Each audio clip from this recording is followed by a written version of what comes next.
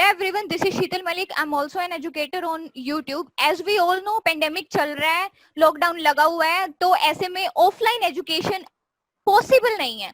So the problem here is we have to come on YouTube और some online source. तो जितने भी teachers हैं वो सब ऑनलाइन आ रहे हैं, लेकिन हर टीचर टेक सेवी नहीं है, तो उनको बहुत सारी प्रॉब्लम्स आ रही हैं. तो आज की वीडियो में हम डिस्कस करेंगे. हमारे साथ हैं निहार हिरानी सर, जो कि एजुकेशन स्पेशलिस्ट हैं और ये Khan academy India talent search 2017 के फाइनलिस्ट रह चुके हैं. तो मेरा सर आपसे पहला क्वेश्चन ये है कि जैसे कि सभी आजकल ऑनलाइन आ रहे हैं, तो सब ऑनलाइन एजुकेशन के लिए अपने अपने सीवी भेजते हैं और अपना हर कोई अपने लेवल पे बेस्ट देता है. फिर भी बेस्ट देने के बाद भी जो सीवी है उसको इग्नोर कर दिया जाता है और सिलेक्शन नहीं होता है. तो सर इसको कैसे सॉर्ट कर सकते हैं? बहुत सही क्वेश्चन किया आपने. अभी कोरोना की वजह से कंपटीशन बढ़ चुका है ऑनलाइन में. पहले ऑनलाइन इंक्वायरी पोस्ट होती थी वेबसाइट्स पे, तो कम टीचर्स अप्लाई करते थे. अभी बहुत सारे टीचर्स अप्लाई करते हैं और बहुत सारे टीचर्स डिमोटिवेट होते हैं कि भाई मुझे तो कोई रिस्पांस नहीं आया क्लाइंट की ओर से. तो ये सब सबके साथ हो रहा है. उसके लिए मैं थोड़ी टिप्स दूंगा. आपको थोड़ा क्राउड से डिफरेंट होना पड़ेगा. कैसे? जैसे कि मेरी बात करूं तो मैंने एक अपना इंट्रोडक्शन वीडियो बनाया है 1 मिनट का. फिर मैंने YouTube पे बहुत सारी वीडियोस डाली हुई है, तो उसके लिंक में मेरे सीवी में ऐड कर देता हूं. इन शॉर्ट आपको क्लाइंट को दिखाना है कि मैं तो टेक्नो से भी हूं, मुझे टेक्नोलॉजी से मैं कंफर्टेबल हूं. क्योंकि बहुत सारी एप्लीकेशन जा रही है. एक जॉब पे अगर 10 टीचर्स अप्लाई करेंगे तो हो सकता है कि क्लाइंट पूरा रीड भी नहीं करे. तो आपको अपना कुछ ऐसा बनाना है. तो देखो, यूट्यूब चैनल ग्रो करना वो लेंथी प्रोसेस है. तो मैं आपको एक आइडिया दूंगा कि आप अपना 1 मिनट इंट्रोडक्शन वीडियो बना दो इंग्लिश में, क्योंकि हम इंटरनेशनली वर्क करेंगे, या इंग्लिश कोई भी समझ सकता है, तो आई प्रीफर इंग्लिश. और उसको अपनी जो प्रोफाइल आप बनाते हो, जो भी वेबसाइट पे आप अप्लाई कर रहे हो, वहां पे उसे अपलोड कर दो. इससे क्या हो जाएगा कि आप क्राउड से थोड़ा अलग हो जाओगे. तो चांसेस आर मोर कि आपको क्लाइंट कॉल बैक करे. उसके अलावा आप YouTube पे कुछ अच्छे से अच्छा वीडियो डालो जिसपे 1000-2000 या अच्छी व्यूज आए, उसकी एक लिंक भेज दो. तो उससे आपकी पढ़ाने की कैपेबिलिटी पता चलेगी. तो ऐसा कुछ करके आप क्राउड से थोड़ा डिफरेंट हो सकते हो. तो मतलब आपको शो करना पड़ेगा लिखने की बजाय सीवी में. यस, बिकॉज क्या होता है कि एक्चुअली मुझे भी अगर कोई 2 ऑप्शन देता है कि एक वीडियो है, एक आर्टिकल है, तो अभी वीडियो का यूट्यूब की वजह से इतना ट्रेंड बढ़ गया है कि मैं प्रीफर करूंगा यार मैं वीडियो देख लूं. ये बोरिंग वाला काम है, इतना सब कौन पढ़ेगा, कौन रीड करेगा.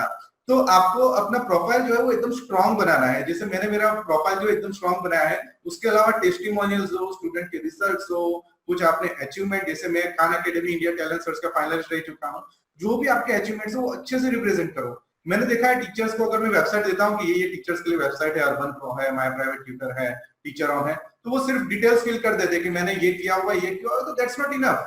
क्लाइंट वो रीड करके मतलब आपकी कैपेबिलिटी कैसे पता करेगा. तो थोड़ा आप डिटेल में जाओ, ये इसमें ही मेहनत करो. आपका रिप्रेजेंटेशन अच्छा होगा तो आपको इंटरनेशनल स्टूडेंट्स जरूर से मिलेंगे.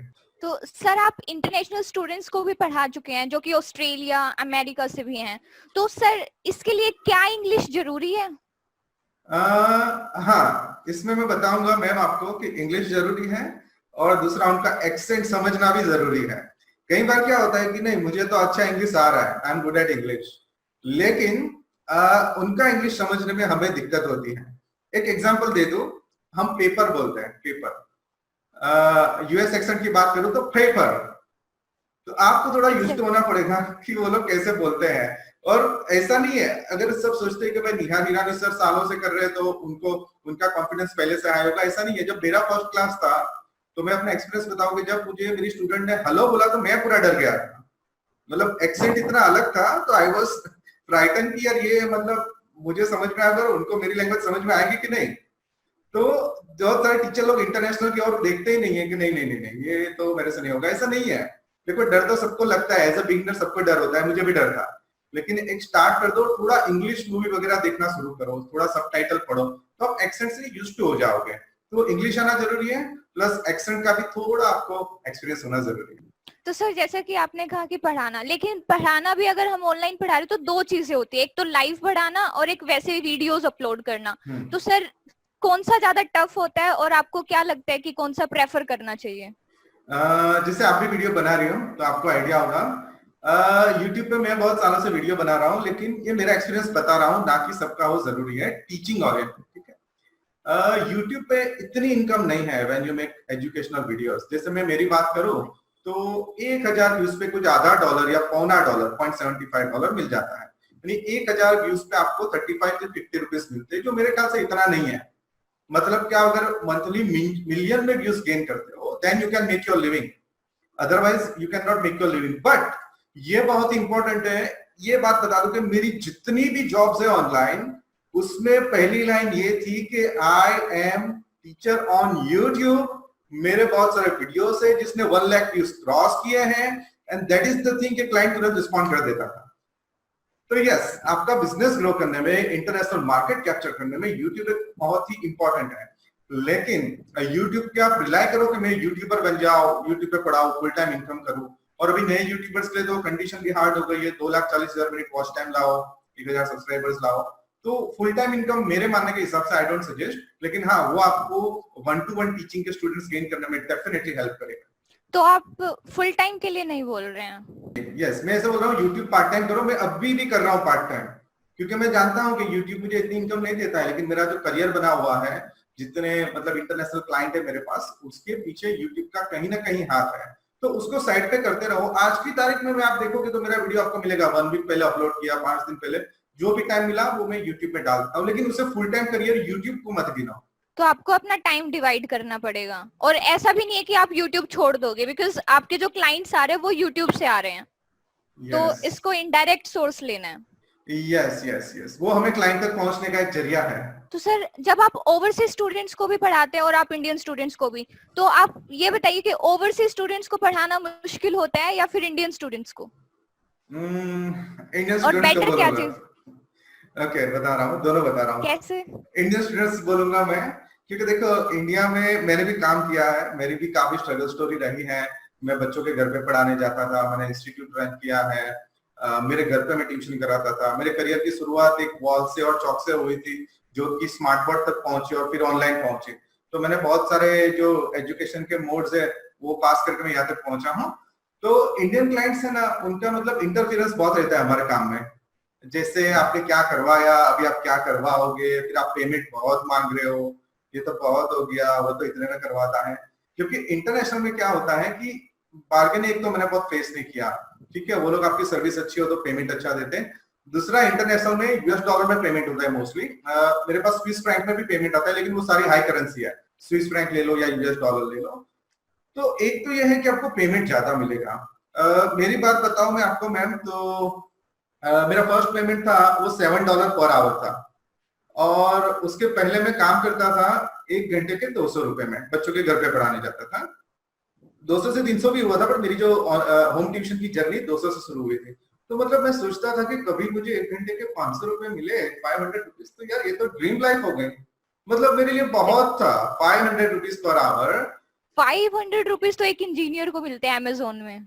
Yes yes. सो मेरे लिए मतलब वो ड्रीम इनकम थी कि यार मैं किसी को देखता था ना, तो मुझे ऐसा लगता था यार इसको कितना अच्छा है, कितना कमा रहा है, मैं क्यों नहीं कमा रहा हूँ। ये फीलिंग सबके अंदर आ जाती है, मेरे अंदर नहीं, सबको ये फीलिंग आती है। और फिर मैंने जब ये शुरू किया तो मैंने ऐसा सोचा था कि मेरे क्लाइंट को प्राइस ही नहीं बोला था, मुझे यूट्यूब से ऑफर आए थे, तो यूट्यूब से ईमेल से कांटेक्ट किया था। मैंने बोला जो आपके यहाँ चल रहा है वो आप दे देना, ठीक है। तो उन्होंने बोला कि $7 वी विल पे, तो मैंने बोला ठीक है। तो ये मैंने डिसाइड किया था शीतल मैम कि मैं कभी इसमें इंक्रीमेंट मांगने नहीं वाला हूँ। मतलब 500 तो मैं हाईली सेटिस्फाइड हूँ, 5 साल निकाल दूंगा ये पेमेंट स्केल पे। और अभी वही क्लाइंट का पेमेंट $15 पर आवर है। तो ये बात मुझे बहुत अच्छी लगी कि मैंने कभी डिमांड ही नहीं किया, मेरा इंक्रीमेंट होता गया। मतलब इंडिया में तो आपको अगर इंक्रीमेंट चाहिए ना, तो आपको इतना फाइट देना पड़ेगा कहीं भी आप जॉब कर रहे हो तो, यस, कि मुझे ये पेमेंट चाहिए, ये पेमेंट चाहिए, ये पेमेंट चाहिए। तो इंटरनेशनल में एक तो करेंसी का बेनिफिट है, और उनके लिए ये पेमेंट नॉर्मल होता है, जो हमारे लिए बहुत है, जो मतलब हम ड्रीम इनकम मानते हैं, वो उनके लिए ठीक है इतना, तो मतलब वहां के सर्वेंट्स भी ले लेते हैं। एग्जैक्टली। सर, आप जब ऑनलाइन पढ़ाते हो तो व्हाइट बोर्ड के लिए सॉफ्टवेयर कौन सा यूज करते हो? देखो व्हाइट बोर्ड के लिए मैं हाईफाई सॉफ्टवेयर यूज कर रहा हूँ, लेकिन मैं व्यूअर्स को या बिगिनर को सजेस्ट नहीं करूंगा, क्योंकि एक्सपेंसिव सॉफ्टवेयर है। लेकिन मेरे सॉफ्टवेयर का नाम है स्मार्ट नोटबुक। आप वो सॉफ्टवेयर कितना इफेक्टिव है, मेरे 1300 प्लस वीडियो सारे स्मार्ट नोट में बने हुए हैं। वो इतना यूजर फ्रेंडली है, उसमें राउंडर आ गया, स्केल आ गई, पूरा डिजिटल टीचिंग के ओरिएंटेड है। लेकिन आप इनिशियली पेंट या पावर पॉइंट पे पढ़ा सकते हो। जब आप ग्रो हो जाओ तभी आप ऐसे सॉफ्टवेयर का प्लान कर सकते हो, but as of now smart notebook के लिए आपको सोचना नहीं है। और सर अगर जब आप पढ़ा रहे होते हो तब अगर किसी बच्चे का डाउट हो, या मान लो आप मैथ्स का कोई क्वेश्चन सॉल्व करवा रहे हो, तो आप करवाए जा रहे हो, बीच में से किसी बच्चे को कुछ दिखाना हो या फिर कुछ डाउट पूछना हो, तो वो आप कैसे मैनेज करते हो? ये बहुत इंटरेस्टिंग क्वेश्चन है। देखो आजकल सब जानते हैं कि जूम पे स्क्रीन शेयर हो जाती है, स्काइप पे स्क्रीन शेयर हो जाती है, डिस्कॉर्ड है, हैंगआउट है, तो सब पढ़ा लेते हैं। अभी मैंने बहुत सारा एक्सप्लेन कर दिया, जैसे पूरा पेज मेरा भर गया स्मार्ट नोटबुक का, मेरे व्हाइट बोर्ड का। अभी बच्चे को मुझे कुछ पॉइंट करना है, कि बच्चा मुझे कुछ पॉइंट करके दिखाना चाहता है कि ये क्या है, तो वो कैसे पॉइंट आउट करेगा? तो ये टीचर इसमें प्रॉब्लम फेस कर रहे हैं। तो देखो मैं भी पहले प्रॉब्लम फेस करता था, उसका मैंने अपने दिमाग से कुछ सॉल्यूशन निकाला है। आप जूम से, स्काइप से या कोई भी सॉफ्टवेयर यूज करके स्क्रीन को शेयर कर दो।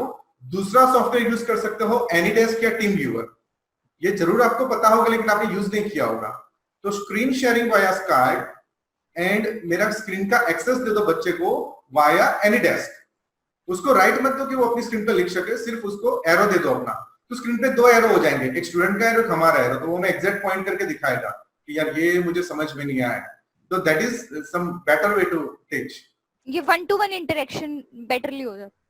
हाँ, 1-to-1 इंटरेक्शन। और दूसरा मेरा एक्सपीरियंस ये बताऊंगा, देखो इंडिया में बहुत सारे इंस्टीट्यूट्स है, बहुत सारे टीचर्स है जिनके पास 500 स्टूडेंट थे, 300 स्टूडेंट थे, लेकिन मेरा ऐसा मानना है कि जूम ये काम के लिए नहीं है। जूम पे आप 300 लोगों पे नजर नहीं रख सकते। जैसे अभी मैम आपको मुझे पढ़ाना है, तो मैं आपके एक्सप्रेशन देख सकता हूँ, आपको कुछ समझ आया नहीं आया, मतलब कि मैं एक ऐसा इंटरेक्शन कर सकता हूँ जो बोरिंग ना हो।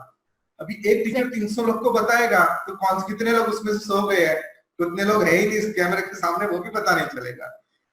तो ऑनलाइन एजुकेशन में तो बच्चे ये भी निकाल लेते हैं, म्यूट कर देते हैं, कैमरा ऑफ करना, ये सारी चीजें सबके पास सॉल्यूशंस हैं। यस, ये सब सारी चीजें कर लेते हैं। तो मैं 1-to-1 टीचिंग प्रीफर करूंगा, और इंटरनेशनली जाओगे तो पेमेंट भी अच्छा मिलेगा। तो सर आप ये बताइए कि ऑनलाइन एजुकेशन के लिए क्वालिफिकेशन, मिनिमम क्वालिफिकेशन क्या चाहिए? वैसे तो देखो फॉरेन कंट्रीज में टीचिंग लाइसेंस होता है पढ़ाने के लिए, और ज्यादातर पेरेंट्स ये प्रीफर करते हैं कि उनके बच्चे को जो टीचर पढ़ा रहा है उनके पास टीचिंग लाइसेंस होना चाहिए। अभी मैं मेरी बात करूं तो आपको थोड़ी हंसी आएगी, मेरे पास कोई टीचिंग लाइसेंस नहीं है। अभी टीचिंग लाइसेंस तो बहुत दूर की बात है, मेरे पास इंडिया का भी टीचिंग लाइसेंस नहीं है, मतलब कि मैंने बीएड भी नहीं किया हुआ है। I am the simply commerce graduate, जिसको बीकॉम बोलते हैं, और जनरली आप किसी को बीकॉम बोलो तो कोई वैल्यू भी नहीं करता है, बीकॉम क्या उसमें क्या बीकॉम। तो उसका रीजन ये है फिर भी मुझे जॉब्स मिल जाती है, क्योंकि मेरा जो सीवी है ना उसका वेट बढ़ गया है। मतलब मैंने जो मेरे एजुकेशन को साइड पर रख के दूसरे अचीवमेंट्स मेरे हाई है, जैसे मैंने बच्चों में इंप्रूवमेंट लाना, फिर मैं पहले से टेक्नोलॉजी यूज करता हूँ, मैंने कई बच्चों जो कॉम्प्लिकेटेड केस है जो पढ़ने के लिए तैयार नहीं है उसके रिजल्ट लाके दिखाए हैं, यूट्यूब वीडियोस है, तो उसकी वजह से मिल जाते हैं। बट हाँ, आप अगर बिगिनर हो तो डेफिनेटली पेरेंट्स का पहला क्वेश्चन ये होगा व्हाट इज योर क्वालिफिकेशन। लेकिन मेरा तो सीवी देख के वो पूछना ही भूल जाते कि क्या क्वालिफिकेशन है, लिंक्स वगैरह देख के मतलब कि ये ठीक है, लेकिन ये आपके केस में नहीं होगा। तो जैसे मैंने आगे बताया मैम, वीडियोस बनाओ, ये करो, प्रोफाइल अपना स्ट्रॉन्ग करो, डायरेक्टली इंटरनेशनल का ड्रीम मत करो। जैसे मैं भी इंटरनेशनल पहुंचा तो मैंने भी बहुत स्ट्रगल किया। मेरा फर्स्ट स्टूडेंट की फीस थी 250 rupees per month, that was I was charging, और अभी की मेरी जर्नी है $15, 1000 रुपीज एन आवर। तो अभी आप मेरे को देखोगे तो ऐसा लगेगा नहीं नहीं मुझे ये सर जैसा ही करना है। मुझे बहुत सारे लोग मिले, बहुत सारे लोग मुझे यूट्यूब से कॉल करते हैं पर्सनली कि सर आपको कब मिल सकते हैं, तो उनका यही क्वेश्चन होता है इंटरनेशनल का कुछ बताओ, इंडिया को छोड़ो, कुछ अमेरिका वाला या यूरोप वाला बताओ। तो मैं सबको ये सजेस्ट करता हूँ कि सीधा जंप करने का मत सोचो।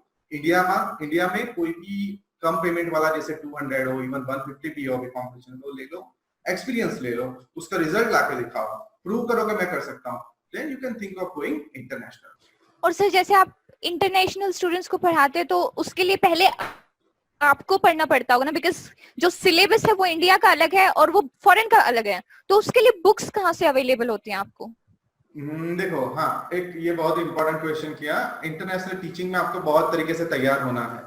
जैसे कि मैं एक नॉर्मल बात बताऊं कि मैं अगर अमेरिका जाता हूं और वहां पे मुझे कोई गुजराती स्पीकिंग मिल जाएगा आजू बाजू में, तो मैं खुश हो जाऊंगा, अरे यार आप गुजरात से हो, मैं भी गुजरात से हूँ, ये हमें एक फीलिंग आ जाती है कि नहीं यार हम सेम प्लेस से। सेम वे जब आप पढ़ाते हो तो थोड़ा थोड़ा वर्ड्स आपको यहाँ समझना पड़ेगा। फॉर एग्जाम्पल हम बोलते हैं यूनिट्स प्लेस, तो वो लोग बोलते हैं वंस प्लेस। फिर नंबर्स पे बहुत सारे टीचर्स प्रॉब्लम करते हैं, मैंने देखा है मैम कि हम ना इंडियन सिस्टम से यूज्ड टू है नंबर्स में। जैसे मेरे सामने एक नंबर है तो मैं रीड करूंगा 1,35,385, बट हमें वो भूल जाना है दिस इज 135,385। तो ये दूसरे सब्जेक्ट का तो मुझे इतना नहीं पता है, पर मैथ्स में ही आता है कि बच्चा डर जाता है, हम 1 लाख बोलेंगे, उसने कभी लाख सुना ही नहीं है, वो तो हमारे सिस्टम जानता नहीं है। तो थोड़ा अपने दिमाग में रख के चलना है कि मुझे इंटरनेशनल बच्चे को पढ़ा रहा हूं तो मुझे वर्डिंग्स चीजें उनके हिसाब से चलिए। अभी दूसरा क्वेश्चन इसमें से ये होता है कि पता कैसे चले कि भाई वहां क्या चल रहा है, कौन से ग्रेड में क्या है, मैं क्या पढ़ा हूँ, क्योंकि डेमो इज टफेस्ट। इतना डेमो होता है ना तो टेंशन हो जाता है, कोई भी टीचर हो, कितना भी एक्सपीरियंस हो, जब ये नए सेगमेंट में आता है तो उसको टेंशन रहता है कि हो पाएगा कि नहीं। उसके लिए एक वेबसाइट है CCSS, जिसका फुल फॉर्म है कॉमन कोर स्टेट स्टैंडर्ड्स। तो वो वेबसाइट पे मैम आप जाएंगे तो आपको मिलेगा कि भाई यूएस के अंदर कौन से स्टेट में क्या चल रहा है। जैसे ग्रेड 1 मैथ सिलेक्ट किया तो बच्चे को 1 डिजिट एडिशन आना चाहिए, ये आना चाहिए, उसमें स्किल्स मिल जाएंगे कि फर्स्ट ग्रेड का बच्चा है उसमें कौन सी स्किल्स होनी चाहिए, नॉट ओनली मैथ्स, दूसरे सब्जेक्ट की भी। तो उसको थोड़ा रिफर करके आपको करना पड़ेगा, यानी कि ऐसा नहीं है कि 1 घंटे बैठ के 1000 रुपए आ गए। Lot of research required, lot of practice required, और बाद में आप कर सकते हो।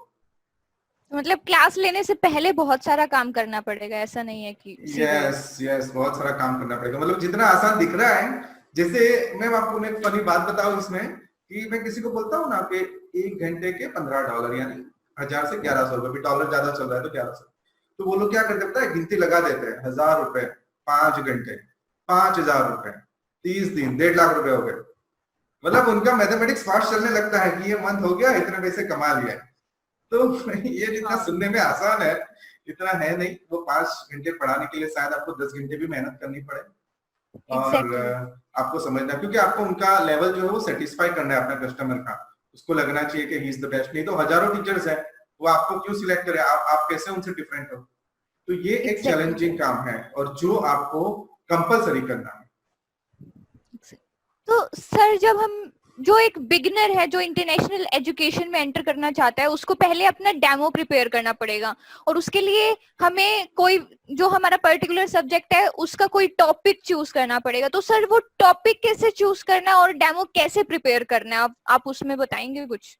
ओके, डेमो के बारे में मेरे पास अगेन इंटरेस्टिंग स्टोरी है, मैं आपको बता रहा हूँ। देखो मेरा जो डीलिंग है इंडिया में मिडिल स्कूल स्टूडेंट्स के साथ था, बट मुझे फॉरेन में ऐसा लगा कि छोटे बच्चे जो होते हैं चुन्नू मुन्नू उनके साथ अच्छा रहेगा।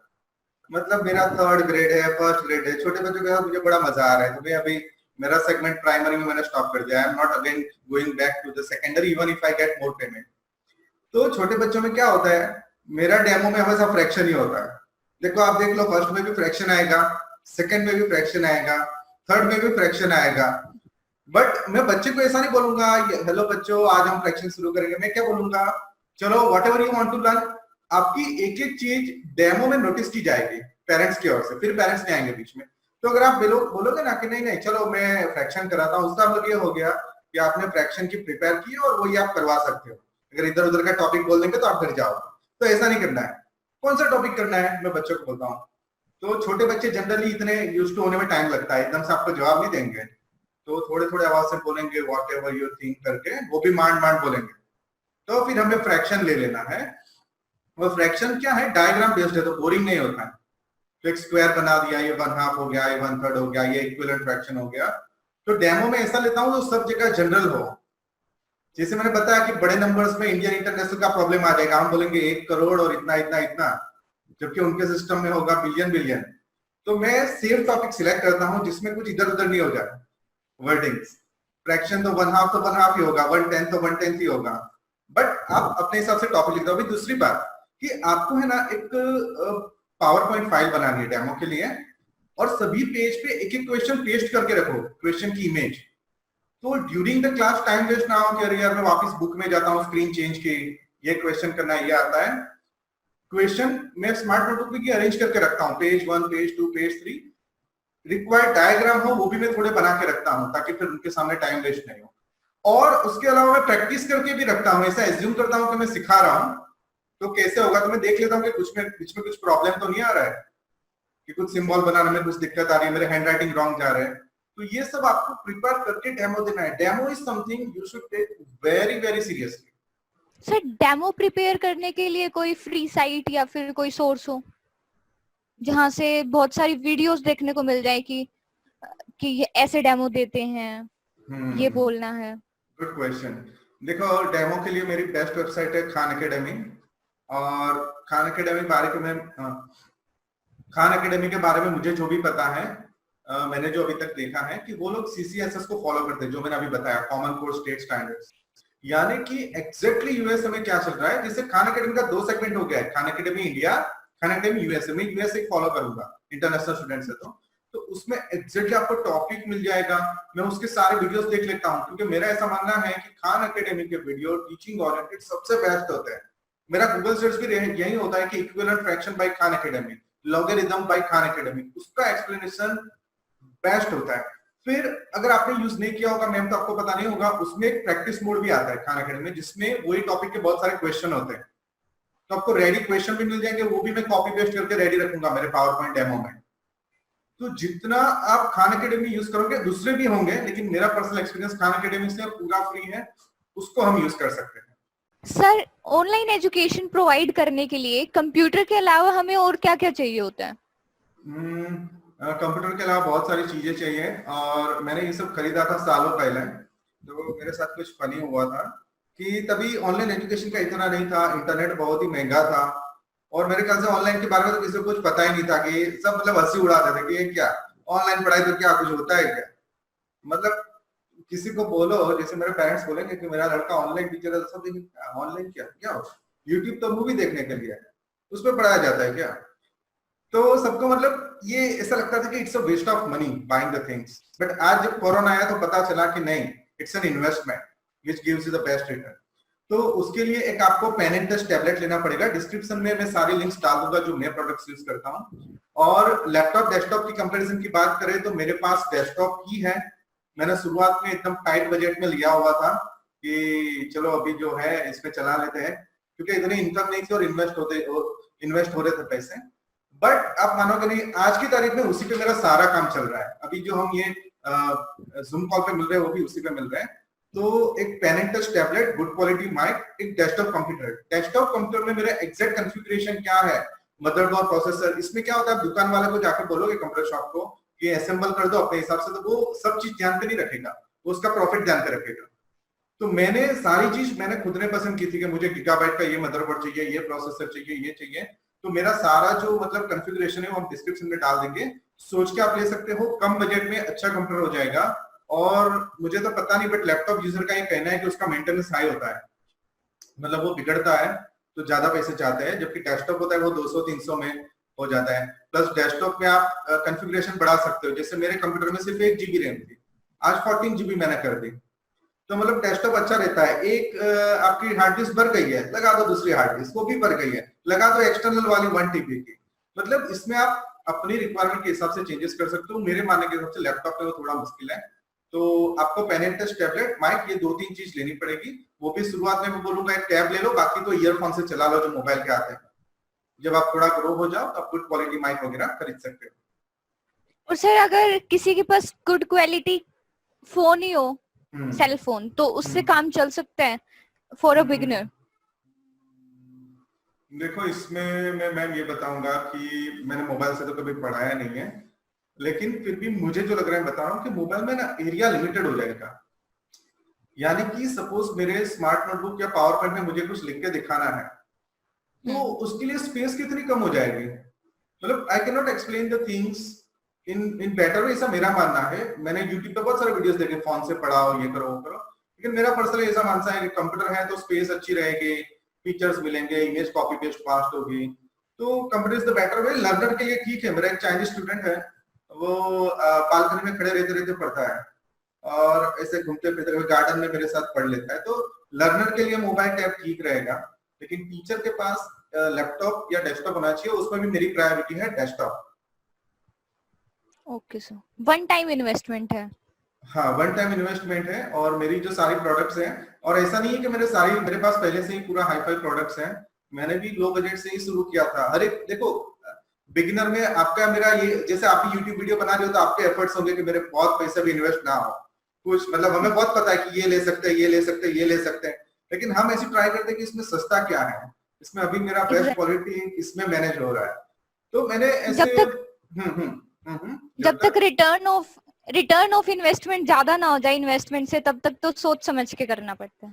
हाँ, और दूसरा मैंने ये भी देखा है कि लोग अभी कोरोना में मतलब लोग मेरा कांटेक्ट करें, पहले तो लोग इतना कांटेक्ट नहीं करते थे, ऑनलाइन एजुकेशन का इतना इंपॉर्टेंस नहीं था, तो लोग मेरी तरफ ये नजरिए से देखते हैं कि यार उसके पास तो हाई क्वालिटी माइक है, बड़ा इंफ्रास्ट्रक्चर है, घर पे स्टूडियो है, तो उसके लिए वो सक्सेसफुल है। ऐसा नहीं है, वो मैटर नहीं करता है, आपका डेडिकेशन कितना है। मेरे से पहले से थोड़ी मेरे पास सब चीजें थी, मैंने भी थोड़ी थोड़ी करके लिया। मेरे पास तो एक वेबकैम था जिसमें मैं काला धुंधला दिखता था, तो मैंने उससे ही काम चलाया कि चलो अभी तो ये चला लेते हैं, जब थोड़ा अर्न करेंगे तो लेंगे। अच्छा, तो मैंने स्टेप बाय स्टेप चीजें ली हैं, तो मेन डेडिकेशन है।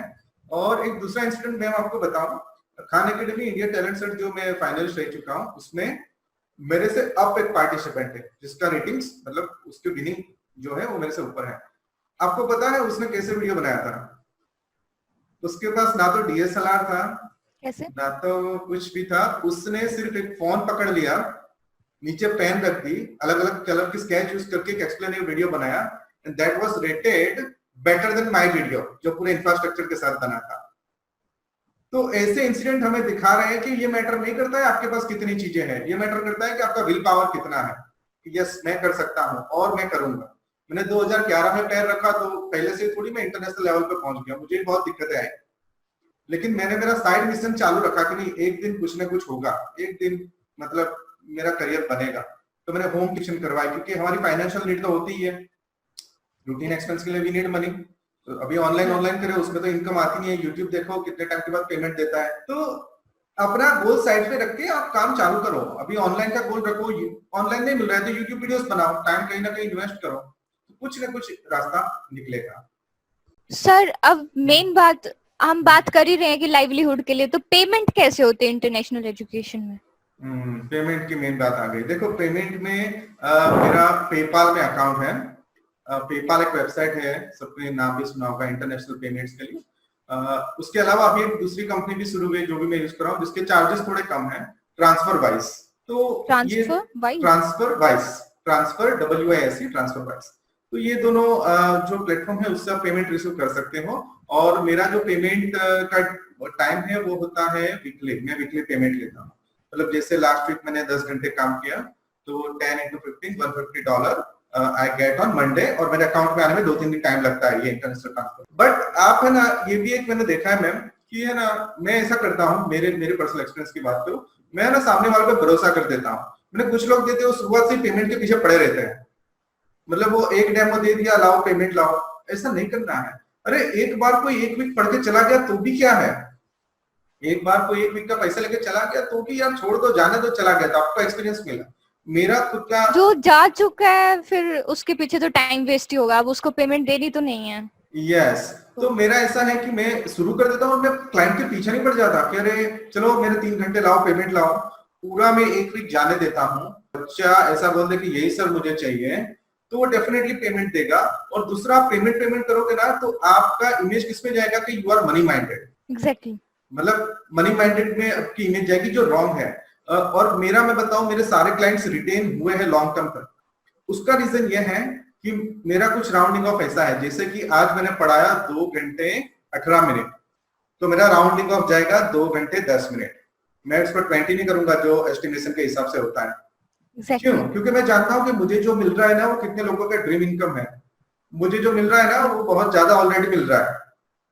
तो एक ऑनेस्टी से काम करना है ना, तो क्लाइंट आपके हाथ से कभी नहीं जाएगा और कभी पेमेंट नहीं करना है। ठीक है, आपको अच्छा मिल रहा है, इवन मुझे 250 पर मंथ मिल रहा था तो भी मैं वही काम कर रहा था जो मैं आज इसमें कर रहा हूँ। क्वालिटी से मैंने कभी कॉम्प्रोमाइज नहीं किया है। तो पेमेंट मिल जाएगा, लेकिन थोड़ा ट्रस्ट करो, उसके पीछे मत पड़ जाओ। पेमेंट एक वीक तो उसको टाइम ही दे दो, फिर बोलो 2 वीक तक पेमेंट आएगा। उसको भी तो अपने में ट्रस्ट आना चाहिए, उसको ऐसा लगा कि if I give the payment and फिर कुछ होगा तो थोड़ा मैं ऐसा सजेस्ट करूंगा कि आप थोड़ा रिस्क ले लो। एक बार पेमेंट जाए तो जाने दो, लेकिन आप इंटरनेशनली बढ़ाना है तो आप क्लाइंट पे भरोसा करके काम शुरू कर दो। तो सर जैसे आपने बोला कि आप कभी कभी 2 घंटे लगातार पढ़ाते हो, कभी कभी 3 घंटे भी हो जाते हैं, तो ऐसे में जो बच्चे होते हैं उनको जितना मैंने पढ़ाया उसके अकॉर्डिंग 45 मिनट्स के बाद एक थोड़ा सा ब्रेक तो चाहिए होता है, नहीं तो बच्चे हम्म, सो जाते हैं। और ऑनलाइन एजुकेशन में तो डाइवर्जन भी बहुत होते हैं, घर में इधर उधर ये वो, तो सर हम्म। वो आप कैसे मैनेज करते हो? कोई फन एक्टिविटी या कुछ? बहुत सारे फन एक्टिविटी है, बता रहा हूँ आपको। वैसे मेरा जो पर्सनालिटी है उससे लोग मुझे सीरियस टाइप ऑफ पर्सन समझते हैं, लेकिन मेरी जो मतलब नेचर है वो काफी उससे अपोजिट है। मतलब बच्चे मेरे साथ इतने फ्रेंडली हो जाते हैं कि उसके घर में क्या हुआ, उसकी मम्मी ने उसको क्यों डांटा, क्या हुआ, सारी चीजें मुझे पता होती है। जो उसके शायद पेरेंट्स को भी पता नहीं होती, वो चीजें मुझे पता होती है कि क्या चल रहा है। तो मैं बहुत सारी फन एक्टिविटी करवाता हूँ। जब मैं इंडिया में मेरे घर पे ट्यूशन कराता था तो एक लड़का आता था फर्स्ट में, अभी उसके दिमाग में बैठ गया था कि टीचर होती है ना, मैम होती है वो अच्छी होती है, और सर जो होते हैं ना वो डेंजर होते हैं, बराबर से सबको मारते हैं। उसके दिमाग में बैठ गया था। तो मेरे घर पे आता था, मेरे घर पे मैं करवाता था। जैसे ही मेरा ध्यान इधर उधर गया वो भागने की ट्राई करता था। तो मैंने बोला इतना तो क्या फोबिया है। फिर एक वीक के बाद सिनेरियो चेंज हो गया। सिनेरियो कुछ ये हो गया कि वो सुबह उठता था, अरे ट्यूशन का टाइम हो गया, लेट हो गया। वो ब्रश किए बिना, रेडी हुए बिना बैग लेके भागने लगता था कि मेरे ट्यूशन का टाइम हो। तो उसके पेरेंट्स सोचने लगे कि ये जादुई चेंज आया कहाँ से, बोले ये सर के अंदर क्या है। तो देखो मेरा क्या था, जैसे कि आपने बच्चों को फर्स्ट में तो क्या स्पेलिंग्स वगैरह होता है, हार्ड वर्ड्स इजी इजी होता है। जैसे आपने बच्चे को स्पेलिंग सिखाया, तो मैंने ट्रेडिशनल तरीका, मैं भी ये तरीके से पढ़ा हूँ। मुझे भी टीचर फोबिया था इन माई चाइल्डहुड। एक तो वो बड़ी सी सोटी लेके घूमते हैं, 10 बार लिखो, अरे 20 टाइम्स लिखो, तब से मुझे अपोजिशन है कि ये क्या है, 10 बार लिखो, 20 बार लिखो, कुछ भी बोल दिया टीचर है। तो मेरा पूरा सिस्टम मैंने चेंज किया जब मैं ये पोस्ट पे आया। मैं है ना अब वर्ड सर्च बना देता हूँ, कुछ एक्टिविटी बना देता हूँ कि इसमें से फाइंड करो, 2 ग्रुप बना देता हूँ, चलो कंपटीशन कौन पहले फाइंड करता है। जैसे बनाना है तो वो देखेगा BANA BANA, उसके दिमाग में कितनी बार बोलेगा कि मुझे BANA सर्च करना है। तो दिस इज हाउ वो माइंड में चला जाएगा। तो रोज बच्चे आते हैं तो पहला काम होता है कंपटीशन, और कोई बात नहीं, अपना अपना पेपर पकड़ो। फिर जब वो कंपटीशन चल रहा है तभी मैं एक एक को वर्क, उसकी बुक देखता हूँ, उसका वर्क अलॉट करता हूँ, तो मैनेजमेंट आसान हो जाता था। जबकि ट्रेडिशनल सिस्टम क्या कहती है, बड़ी सी सोटी ले ली, बड़ी बड़ी आंखें निकाली टीचर ने, कोई आवाज नहीं करेगा, बैठो सर। तो बच्चा पहले से ही हमारे लिए नेगेटिव हो जाता है, क्योंकि मैं ऐसा नहीं करता हूँ। तो एक ऐसी एक्टिविटी है। फिर जैसे मैथ्स है, तो उसमें आप अगर किसी को फर्स्ट ग्रेड वाले को या सेकंड ग्रेड वाले को 50 प्रॉब्लम्स दे दो कि 1+5 1+7, तो वो क्या करेगा पता है, 3 प्रॉब्लम की है, फिर इधर उधर देखेगा, फिर अपने बोलेगा करो, तो वापस देखेगा, फिर वापस इधर देखेगा। तो उसके लिए मैंने ये किया कि मैंने एक गेम बनाई, जो मतलब वे फाइंड करना है कि एक इंसान है, उसको इधर से इधर पहुंचना है, जो करेक्ट आंसर है वो वे आपको फॉलो करना है। 1+5 6 कहाँ पे, लेफ्ट चले जाओ, राइट चले जाओ, लेफ्ट चले जाओ। तो उसमें वही 50 प्रॉब्लम्स वो मूड से करेगा, इंटरेस्ट से करेगा। तो मैंने बहुत सारी एक्टिविटी मेरे दिमाग से बनाई है, मतलब वो कहीं आपको गूगल यूट्यूब कहीं नहीं मिलेगी। वो मैंने सोचा कि ये बच्चे को किसमें मजा आए, तो मैंने पूरा ट्रेडिशनल तरीका मॉडर्न वे में टर्न कर दिया है, और इसीलिए मैं बच्चे को एंगेज रख पाता हूँ। और दूसरी उससे फनी बात एक है, थोड़ा लंबा हो रहा है लेकिन मैं बता रहा हूँ, कि जैसे मैं एक स्टूडेंट को पढ़ा रहा हूँ, ठीक है, जिसका नाम है ब्रियाले।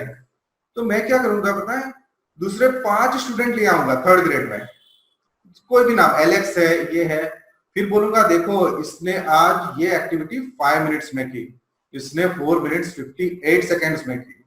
तो उसके दिमाग में बैठ जाएगा कंपटीशन मोड, फिर उधर उधर देखने का सवाल ही नहीं है, वही फटाफट से I want to win. Even कुछ आगे पीछे गिर जाएगा तो भी वो बच्चा अपनी नजर नहीं हटाएगा, क्योंकि मुझे जीतना है। और उसके जो स्कोर होते हैं ना, तो मुझे हर एक बच्चे की कैपेबिलिटी पता होती है कि इसको ये करने में इतना टाइम लगेगा, उसके आसपास ही मैं रखता हूँ। मतलब इट विल नेवर हैपन कि बच्चा हार जाएगा, रोज उसको बोलेगा यू आर द नंबर 1, फिर 10 एक दिन में एक आध बार बोलो no no today you couldn't win, try hard. तो मतलब उसके अंदर एक स्पिरिट क्रिएट करनी पड़ती है कि नहीं ये मुझे करना है, ये मुझे करना है। तो मतलब वो प्रॉब्लम ही नहीं होता है कि बच्चा एंगेज ना हो और वो इधर उधर ध्यान दे। इनोवेशन पे ध्यान देना पड़ेगा, ना कि हाँ, और हर एक बच्चे के लिए एक एक्टिविटी नहीं चलेगी, आपको बच्चे के दिमाग के हिसाब से सोचना पड़ेगा कि उसको क्या पसंद आएगा। एक एक्टिविटी हर एक बच्चे को पसंद आती है ऐसा जरूरी नहीं है। तो मुझे बच्चों के साथ इतना मतलब मैं कंफर्टेबल हूँ कि हर एक बच्चा कैसे वो एंगेज रहे, जरा भी उसका फेस इधर उधर हुआ तो मतलब दूसरे दिन मेरा वर्क ऑन चालू हो जाएगा कि इसको ये पसंद नहीं आया, चलो मैं और कुछ नया करता हूँ। तो मेरी बैकग्राउंड मेहनत जो है ना बच्चों को पढ़ाने से पहले, वो मैं बहुत ही करता हूँ मतलब उसमें नो कॉम्प्रोमाइज। तो सबको ऐसा लगता है कि ये बहुत इजी है, बट इसके पीछे मेहनत बहुत ज्यादा लगती है। यस, बहुत ज्यादा मेहनत लगती है। सर मैं तो यही पूछ रही थी कि जैसे हम यूट्यूब पे पढ़ाते हैं तो हम सीधा वीडियोस अपलोड कर देते हैं, हम्म। तो वो तो एडिट होके वो इजी हो जाता है, हम टेक्स्ट भी ले सकते हैं। अगर लाइव पढ़ाना पड़ता है तो उसमें हमें बहुत ज्यादा प्रॉब्लम आती है, बहुत ज्यादा फ्लुएंसी चाहिए, और लाइव जब हम पढ़ाते हैं तो बिहाइंड द सीन बहुत ज्यादा काम करना पड़ता है। तो आपको क्या लगता है कि लाइव पढ़ाना सही रहता है या फिर ऐसे यूट्यूब चैनल पे वीडियोस अपलोड करना? देखो, YouTube पे आसान रहता है, सही बात है, उसमें से आप देख के भी पढ़ा सकते हो। कुछ इधर उधर हो गया तो एडिट कर दिया, कुछ इधर उधर लगा तो अपलोड नहीं किया, बहुत सारी चॉइस है।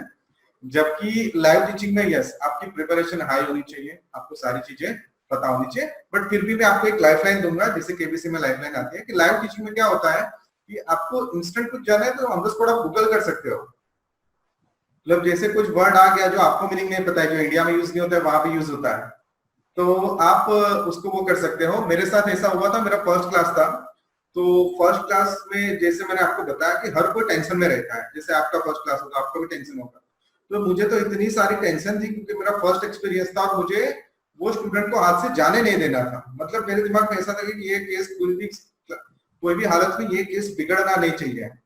और उसमें भी इतनी मतलब कंडीशन वो थी कि मैं घर पे पढ़ाने जाता था बच्चों को, वहां से मैं 11 बजे आता था और उनको 11 बजे ही क्लास चाहिए था रात को।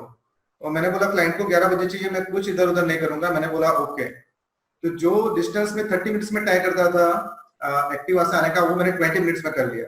मैंने घर पे फोन कर दिया, मेरा कंप्यूटर ऑन करो, सेटअप रेडी चाहिए मुझे। और मैं फटाफट से आके बैठ गया। तो सोच सकते हो कि कितना टेंशन होगा दिमाग में, एक तो पूरा छोड़ के इधर उधर आए, खाना बाकी है, मैंने बोला खाना सब रखो साइड पे। तो पूरा अच्छे से गया, उनको मेरा काम पहली बार में पसंद आ गया क्योंकि मेरे कंप्यूटर में इतना सारा कंटेंट एक्टिविटी मैंने बनाई हुई है, मतलब पूरी लाइब्रेरी है।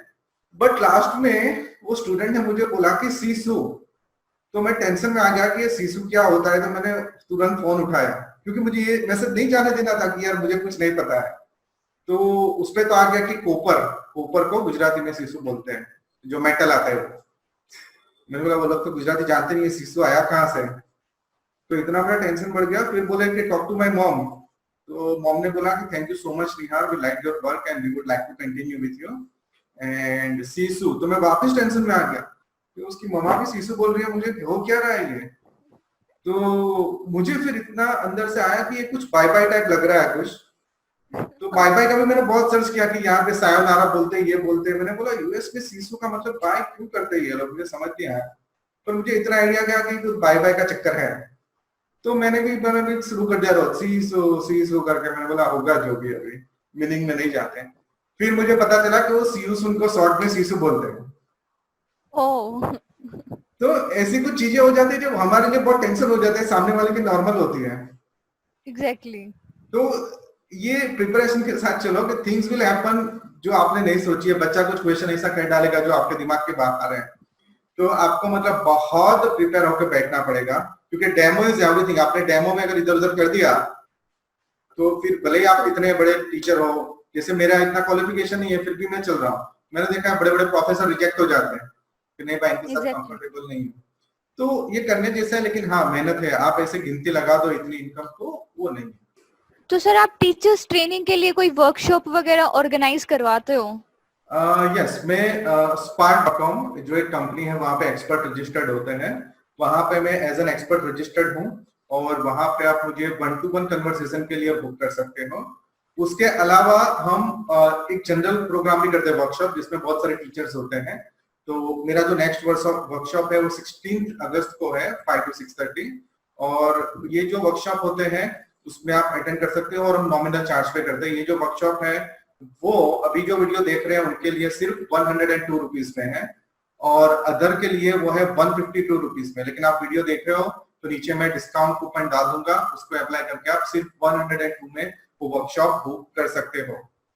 तो सर जो वर्कशॉप होने वाली है 16 को, तो उसके कुछ इनसाइट्स देना चाहेंगे, उसमें क्या होगा और किस टाइप के गाइडेंस आप देंगे? देखो, वो जो वर्कशॉप होने वाला है उसमें तो पहली बात की आपको मैं थोड़े मेरे प्री रिकॉर्डेड लाइव क्लासेस है वो दिखाऊंगा, तो आपका आइडिया आएगा कि बच्चों का कैसा एक्साइटमेंट लेवल रहता है, कैसे मेरे पास पढ़ते हैं, कितना इंटरेस्ट मैं उनमें क्रिएट कर पाता हूँ, कैसी एक्टिविटी में बनाता हूँ। उसके अलावा मैं जो अभी आप इंटरनेशनल लेवल पे काम कर रहे हो तो आपको टेक्नोलॉजी यूज करनी है, तो मैं डिजिटल पजल्स बनाता हूँ। तो डिजिटल पजल्स में कौन से सॉफ्टवेयर से बनाता हूँ, कैसे स्टूडेंट को सेंड करना है, कैसे उसका स्कोर देखना है, और मेरा जो स्मार्ट नोटबुक है उसके फीचर्स क्या है, उसके अलावा क्या सॉफ्टवेयर है, कैसे आपको कंस्ट्रक्शन पढ़ाना है मैथ्स में तो कैसे आप राउंडर यूज कर सकते हो।